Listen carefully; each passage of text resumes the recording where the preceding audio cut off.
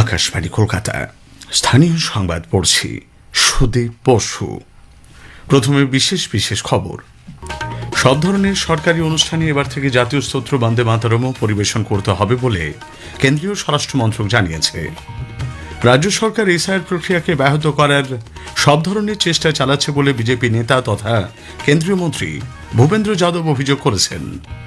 রেলমন্ত্রী অশ্বিনী বৈষ্ণব বলেছেন, রাজ্য সরকারের অসহযোগিতার কারণেই পশ্চিমবঙ্গে রেলের একাধিক প্রকল্পের কাজ আটকে রয়েছে। রাজ্যপাল ডক্টর সিভি আনন্দ বোস রাজ্যবাসীকে ঐক্যবদ্ধ হয়ে হিংসা ও দুর্নীতিমুক্ত বাংলা গড়ার আহ্বান জানিয়েছেন। কলকাতা হাইকোর্টের জলপাইগুড়ি সার্কিট বেঞ্চে নতুন স্থায়ী ভবনে আজ থেকে স্বাভাবিক কাজকর্ম শুরু হয়েছে।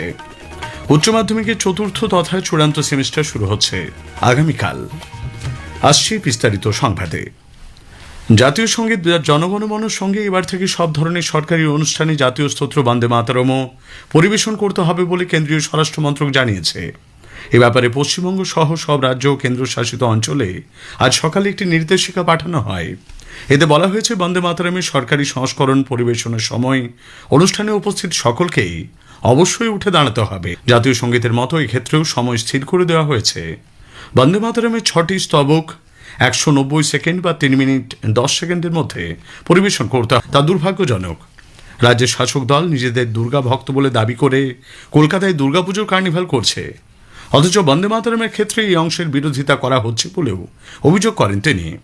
সীমান্তবর্তী জেলাগুলিতে যেভাবে সরস্বতী পুজো এবং কালী পুজোর উপর আক্রমণ হচ্ছে তা কলকাতায় দুর্গাপুজো বন্ধ হওয়ার ইঙ্গিত দিচ্ছে বলেও তিনি মন্তব্য করেন। এত বড় দুর্গা ভক্ত ছিল, তাহলে কার্নিভালটা সম্পূর্ণ নাটক। দেবী দুর্গার প্রতি তার কোনো ভরসা নেই। মা দুর্গার পূজা যে বন্ধ হতে চলেছে, যেভাবে বিভিন্ন সীমান্তবর্তী অঞ্চলে সরস্বতী পুজো কালী পুজোর উপরে হামলা হচ্ছে, এবার পশ্চিমবঙ্গের কলকাতায় দুর্গাপুজো বন্ধ হবে, এটা তারই ইঙ্গিত বহন করছে। দেবী দুর্গার মধ্যে আজকে যদি কেউ সাম্প্রদায়িকতার গন্ধ খুঁজে পায়, তার থেকে দুর্ভাগ্যজনক কিছু হতে পারে না। রাজ্যে আসন্ন বিধানসভা নির্বাচনের প্রস্তুতি পর্ব পর্যালোচনায় 2 senior deputy election commissioner Gyanesh Bharti ও মনীশ গর্গের নেতৃত্বে একটি প্রতিনিধি দল আগামী মাসের প্রথম সপ্তাহে রাজ্যে আসছেন।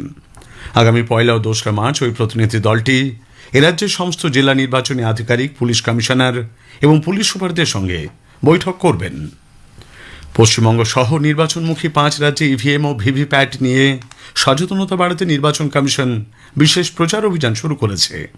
গ্রামাঞ্চল থেকে জেলা স্তর পর্যন্ত হাতে কলমের প্রদর্শনের মাধ্যমে ভোটারদের আস্থা বাড়ানোর লক্ষ্যেই উদ্যোগ বলে কমিশন সূত্রে জানা গেছে। ইলেকট্রনিক ভোটিং মেশিন ও ভিভিপ্যাটের কার্যপদ্ধতি সম্পর্কেও ভোটারদের সরাসরি ধারণা দেওয়ার জন্য জেলা নির্বাচনী আধিকারিকের দপ্তর ও রিটার্নিং অফিসারদের অধীনে ইভিএম প্রদর্শনী কেন্দ্র চালু করা হয়েছে। রাজ্য সরকার এসআইআর প্রক্রিয়া ব্যাহত করার জন্য সব রকমভাবে চেষ্টা চালাচ্ছে বলে বিজেপি নেতা তথা কেন্দ্রীয় মন্ত্রী ভূপেন্দ্র যাদব অভিযোগ করেছেন। আজ কলকাতায় এক সাংবাদিক সম্মেলনে তিনি এসআইআর প্রক্রিয়ায় যে কোনো রকমের বিঘ্নের চেষ্টা বরদাস্ত করা হবে না, সুপ্রিম কোর্টের এই স্পষ্ট নির্দেশ সকলকে স্মরণ করিয়ে দেন। মুখ্যমন্ত্রী মমতা ব্যানার্জির সমালোচনা করে শ্রী যাদব বলেন, তিনি দেশের একমাত্র মুখ্যমন্ত্রী যিনি নিজের সরকারি কর্মচারীদের সঙ্গে আইনি লড়াইয়ে ব্যস্ত। এসআইআর প্রক্রিয়ার কারণে মৃত্যুর অভিযোগ খারিজ করে শ্রী যাদব পাল্টা দাবি করেন, ডিএ না পাওয়ার কারণেই প্রকৃতপক্ষে এদের মৃত্যু হয়েছে, এসআইআর নয়। सुप्रीम कोर्ट ने भी स्पष्ट कर दिया है कि एसआईआर की प्रक्रिया में कोई भी बाधा उत्पन्न करने की अनुमति नहीं है, और ये सब राज्यों के लिए। फाइनेंशियल मैनेजमेंट में तो स्टेट गवर्नमेंट कोलैप्स हुई है, एडमिनिस्ट्रेटिव मैटर में अपने कर्मचारियों के खिलाफ स्टेट गवर्नमेंट है। शुभेंदु जी को भी जहाँ आग लगी, 27 लोग मारे गए, लापता हुए, वहाँ कोर्ट ऑर्डर लेकर के जाना पड़ा, और माननीय मुख्यमंत्री जी तो अभी तक नहीं पहुंचे। 1,500 किलोमीटर दिल्ली चली गई, 15 किलोमीटर दूर नहीं गए। क्या पश्चिम बंगाल के गरीब मजदूरों को बेसहारा छोड़ना ये कोई शासन का मानवीय पक्ष है?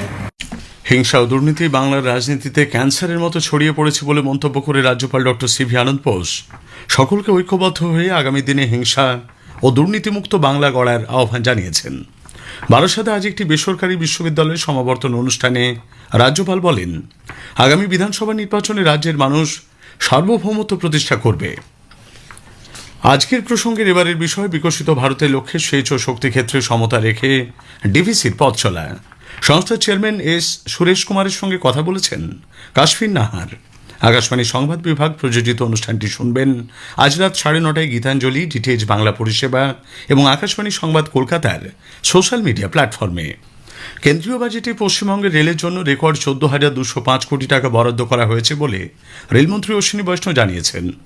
আজ লোকসভায় তিনি বলেন, রাজ্য সরকারের অসহযোগিতার কারণে বেশ কয়েকটি প্রকল্পে জমি অধিগ্রহণ প্রক্রিয়া এখনো শুরু করা যায়নি। पश्चिम बंगाल के लिए माननीय प्रधानमंत्री जी ने रिकॉर्ड बजट का आवंटन किया है। 2009 से 14 यूपीए के पीरियड में जहां मात्र 4,300 करोड़ रुपए का बजट होता था, आज माननीय प्रधानमंत्री जी वह पश्चिम बंगाल के लिए 14,205 करोड़ रुपए का बजट देते हैं। पश्चिम बंगाल के प्रोजेक्ट्स में जहां 4,662 हेक्टेयर जमीन एक्विजिशन की जरूरत है, मात्र 27% लैंड एक्विजिशन हुआ है मान्यवर। और उसके बाद में कई ऐसे प्रोजेक्ट्स हैं, नवद्वीप घाट से Nabadwip Dham new line, zero land acquisition. Kolkata হাইকোর্টের জলপাইগুড়ি সার্কিট বেঞ্চের নতুন স্থায়ী ভবনে আজ থেকে স্বাভাবিক কাজকর্ম শুরু হয়েছে। আদালতের প্রথম দিন সকাল 10টায় কলকাতা হাইকোর্টের প্রধান বিচারপতি সুজয় পালকে জলপাইগুড়ি সার্কিট বেঞ্চ বার অ্যাসোসিয়েশনের পক্ষ থেকে সংবর্ধনা জ্ঞাপন করা হয়। প্রধান বিচারপতি বলেন, নতুন ভবনের কাজ শুরু হওয়ার মধ্য দিয়ে এর প্রাণ প্রতিষ্ঠিত হল। রাজ্যের সংশোধনাগারগুলির বর্তমান অবস্থা নিয়ে ক্ষোভ প্রকাশ করেছে কলকাতা হাইকোর্ট। অবিলম্বে সেগুলির পরিস্থিতি বদলানোর পাশাপাশি নতুন সংশোধনাগার তৈরিরও নির্দেশ দিয়েছেন বিচারপতি দেবাংশু বসাক এবং বিচারপতি মোহাম্মদ সাব্বর রশিদের ডিভিশন বেঞ্চ। শুনানি চলাকালীন ডিভিশন বেঞ্চ পর্যবেক্ষণে জানায়, আদালতের বারবার নির্দেশ সত্ত্বেও সংশোধনাগারগুলিতে বন্দীদের ভিড় কমানোর জন্য উপযুক্ত ব্যবস্থা করা হয়নি। উচ্চ মাধ্যমিকের চতুর্থ তথা চূড়ান্ত সেমিস্টার শুরু হচ্ছে আগামীকাল। চতুর্থ সেমিস্টার ছাড়াও তৃতীয় সেমিস্টারের সাপ্লিমেন্টারি এবং পুরনো পদ্ধতিতে উচ্চ মাধ্যমিক শুরু হবে আগামীকাল থেকেই। মোট পরীক্ষার্থীর সংখ্যা 7 লক্ষের বেশি। ছাত্রদের তুলনায় ছাত্রীদের সংখ্যা এবার বেশি। চতুর্থ সেমিস্টারের পরীক্ষা শুরু হবে সকাল 10টায়, চলবে বেলা 12টা পর্যন্ত। উচ্চ মাধ্যমিক পরীক্ষার দিনগুলিতে পরীক্ষার্থীদের সুবিধার্থে যানজট এড়াতে কলকাতা পুলিশ তাদের নির্ধারিত এলাকায় যান চলাচল নিয়ন্ত্রণ করবে। শেষ করার আগে স্থানীয় সংবাদের বিশেষ কিছু অংশ আরও একবার। সব ধরনের সরকারি অনুষ্ঠানে এবার থেকে জাতীয় স্তোত্র বন্দে মাতরমও পরিবেশন করতে হবে বলে কেন্দ্রীয় স্বরাষ্ট্রমন্ত্রক জানিয়েছে।